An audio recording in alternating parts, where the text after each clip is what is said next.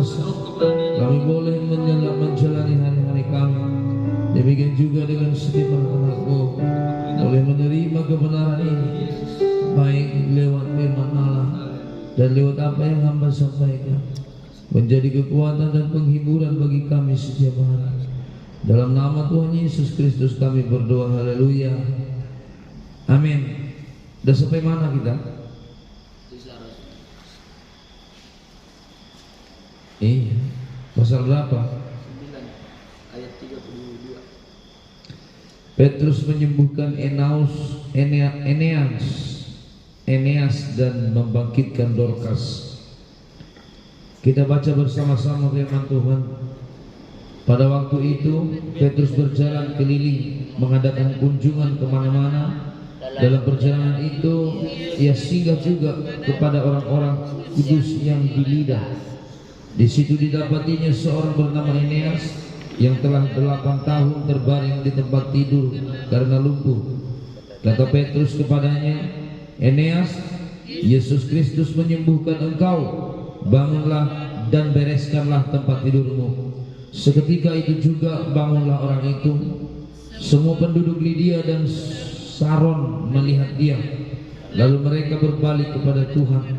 Di Yope ada seorang murid perempuan bernama Tabita, dalam bahasa Yunani Dorcas. Perempuan itu banyak sekali berbuat baik dan memberi sedekah. Tetapi pada waktu itu ia sakit lalu meninggal, dan setelah dimandikan mayatnya dibaringkan di ruang atas. Lida dekat dengan Yope. Ketika murid-murid mendengar bahwa Petrus ada di Lida, mereka menyuruh 2 orang kepadanya dengan permintaan, segeralah datang ke tempat kami. Maka berkemaslah Petrus dan berangkat bersama-sama dengan mereka. Setelah sampai di sana, ia dibawa ke ruang atas, dan semua janda datang berdiri dekatnya. Dan sambil menangis, mereka menunjukkan kepadanya semua baju dan pakaian yang dibuat Dorcas waktu ia masih hidup. Tetapi Petrus menyuruh mereka semua keluar. Lalu ia berlutut dan berdoa. Kemudian ia berpaling ke mayat itu dan berkata, Tabita, bangkitlah. Lalu Tabita membuka matanya, dan ketika melihat Petrus, ia bangun lalu duduk. Petrus memegang tangannya dan membantu dia berdiri. Kemudian ia memanggil orang-orang kudus beserta janda-janda, lalu menunjukkan kepada mereka bahwa perempuan itu hidup. Peristiwa itu tersiar di seluruh Yope, dan banyak orang menjadi percaya kepada Tuhan. Kemudian daripada itu Petrus tinggal beberapa hari lagi di Yope, di rumah seorang bernama Simon, seorang penyamak kulit. Puji Tuhan. Nah, ada beberapa Simon juga di dalam Alkitab Perjanjian Baru. Ada Simon dari Kirene, ada Simon dari Kirene siapa? Yang membantu Tuhan Yesus untuk memikul salib. Simon penyihir yang kemarin kita baca, dia yang mau membayar Nero. Nah, ini Simon penyamak kulit. Jadi Simon itu adalah nama yang biasa dibuat untuk orang-orang di daerah Palestina. Nah, kemudian di sini kita melihat bagaimana seorang yang dibangkitkan dari kematian, dia bernama Dorcas. Beberapa kali kita mendengarkan cerita tentang kebangkitan orang dari kematian, tetapi itu dilakukan oleh Tuhan Yesus. Nah, di sini ternyata rasul-rasul juga melakukan hal yang sama, di mana orang yang sudah meninggal dibangkitkan oleh mereka. Nah, Bapak Ibu Saudara yang terkasih dalam Tuhan, salah satu upaya atau salah satu cara untuk bagaimana cara menundukkan orang kepada sebuah idealisme adalah menunjukkan kuasa yang ada di dalamnya. Banyak orang yang ingin meraih sebuah kepemimpinan, misalnya mau jadi capres pun, seseorang akan menunjukkan betapa berkuasa dan berpengaruhnya dia. Bahkan ada yang sampai melakukan hal-hal yang sifatnya seperti kampanye begitu, atau menunjukkan kepada masyarakat semacam apa istilahnya kalau seorang presiden, seorang pemimpin mau menerima kuasa atau supaya orang percaya kepada dia menunjukkan beberapa kemampuan, beberapa program, kan, beberapa janji manis lah begitu.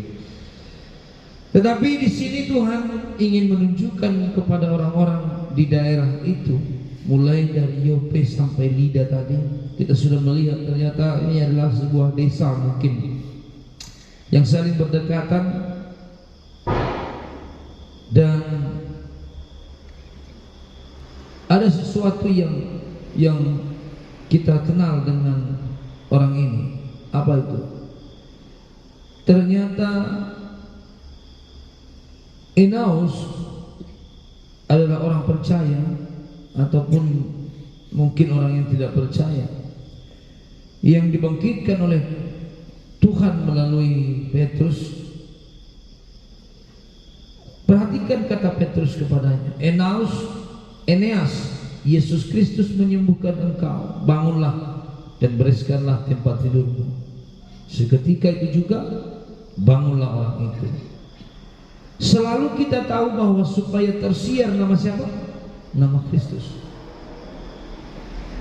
Jadi bukan menjadikan nama seseorang atau nama Petrus yang tersiar, tetapi kuasa yang diterima Petrus ini adalah kuasa yang diberikan Tuhan supaya namanya dipermuliakan. Kuasa yang diterima Petrus bahkan sampai menyembuhkan Dorcas adalah sebuah kuasa yang diberikan Tuhan supaya namanya tersiar, supaya orang tahu bahwa kematian pun tidak akan bisa menghalangi dan membatasi kuasa yang ada padanya. Jadi banyak orang percaya oleh karena peristiwa ini, dan tersiarlah nama Tuhan kemana-mana, ke seluruh penjuru yang dilewati oleh Petrus, ke seluruh tempat yang dilewati oleh Petrus. Semakin banyak orang-orang percaya. Nah, Bapak Ibu Saudara, tentu saja bukan tidak mungkin atau bukan tidak sanggup Tuhan melakukan perkara yang besar melalui kita, kalau itu memuliakan namanya. Kalau hidup kita memuliakan Tuhan dan ada sebuah kesaksian hidup dari kita, maka saya percaya Tuhan menyertai. Kalau sesuatu yang bersifat kesaksian masih bisa kita lakukan dalam hidup ini, itu pun harus disertai oleh kuasa Tuhan. Dorcas ini adalah orang baik. Kita masuk dulu ke Dorcas ini. Dorcas ini orang baik, dan dia adalah orang yang dekat dengan Tuhan. Waktu ia masih hidup, dia orang rajin. Dia adalah seorang tukang jahit, dan kemudian ia sendiri dibuat di ruang atas. Semua janda datang berdiri dekatnya, dan sambil menangis mereka menunjukkan kepadanya semua baju dan pakaian yang dibuat Dorcas waktu ia masih hidup. Dan ketika orang meninggal begitu, orang-orang menunjukkan perbuatannya. Yon burjudo anak nion, gitu kan kalau orang meninggal. Baru katanya kemarin di Simpang Anggur, nah juga kan gitu, langsung to the point. I see you Buldon. Pokoknya semua dah, pokoknya yang apa yang diperbuatnya ketika hidup itu langsung ketahuan ketika dia meninggal. Makanya orang mati meninggalkan nama. Kalau namanya baik, maka nama baik itulah yang dia tinggalkan. Kalau namanya buruk, maka nama buruk itulah yang dia tinggalkan. Maka gajah mati meninggalkan gading, manusia mati meninggalkan nama. Pernah dengar gak? Bukan nama yang ditulis di batu nisan itu. Misalnya Maradia Doison Reed bukan itu. Tetapi nama tentang apa yang kita kerjakan seluruh kehidupan kita. Ya. Jadi ketika dia meninggal, dibawa semua baju-baju yang dijahitnya. Nah, tujuan dari kebangkitan ini tidak lain tidak bukan adalah supaya nama Tuhan makin dimuliakan. Seluruh pekerjaan Allah yang boleh dilakukan dalam hidup kita, dan kalau perkenankan Tuhan, pelayanan kita menjadi sebuah pelayanan yang menyelamatkan, maka saya percaya tidak akan ada yang mustahil bagi Tuhan. Seluruh kehidupan kita, baik perkara mujizat ataupun perkara kebangkitan rohani, kebangkitan manusia jasmani, kebangkitan manusia batinnya kita, atau kebangkitan kerohanian di tengah-tengah jemaat, boleh menjadi sebuah kesaksian bahwa Tuhan menyertai pelayanan kita. Tetapi ingat baik-baik, ini semua adalah supaya tersiar nama Kristus, dan makin banyak orang yang percaya kepada Tuhan. Nah, itu sebabnya saya katakan, kalau orang dilawat oleh mujizat, sembuh dari penyakit, tetapi dia tidak malah makin percaya, maka itu malah kebalikannya kisah para rasul ini. Sekali rasul-rasul itu melakukan perkara yang besar seperti ini, orang itu, jangankan orang itu, orang lain aja makin percaya. Mujizat terjadi, orang makin percaya, orang sembuh, orang makin banyak percaya. Nah sekarang enggak, dia sembuh, dia pun enggak percaya. Dia sembuh, dia pun enggak percaya. Inilah buruknya Bapak Ibu Saudara. Maka kita enggak kalah suka gitu, misalnya supaya sembuh, seperti kita mau pamer-pamer gitu. Kalau dia sembuh seolah-olah ada sesuatu yang luar biasa. Obat banyak sekarang. Sebab itu kalau zaman dulu kan orang tidak ada obat. Zaman dulu, zaman para rasul, mana ada obat? Orang mau berobat kemana-mana nggak ada. Paling tabib, yang mungkin obatnya paling ya daun-daunan, ramu-ramuan begitu. Nggak ada infus, nggak ada dokter, nggak ada operasi. Tetapi sekarang kita diberi kesempatan untuk menjalani hidup di mana seolah-olah Tuhan tidak hadir. Bayangkan, dan itu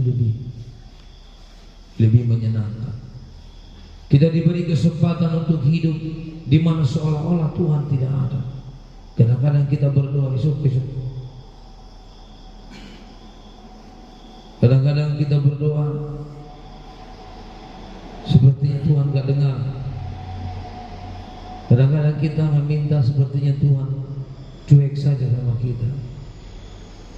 Tetapi yang saya percaya adalah bahwa kesetiaan orang-orang yang percaya di zaman akhir ini masih Tuhan itu.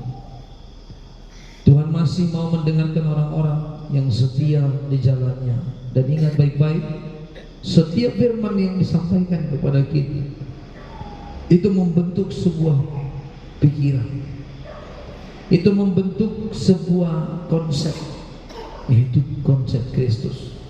Itu membentuk iman, itu membentuk keyakinan. Mungkin yang kita anggap tentang kehidupan yang salah itu mau dirubah oleh Tuhan perlahan-lahan, dan sampai tiba saatnya Dia menolong kita, dan tangan Tuhan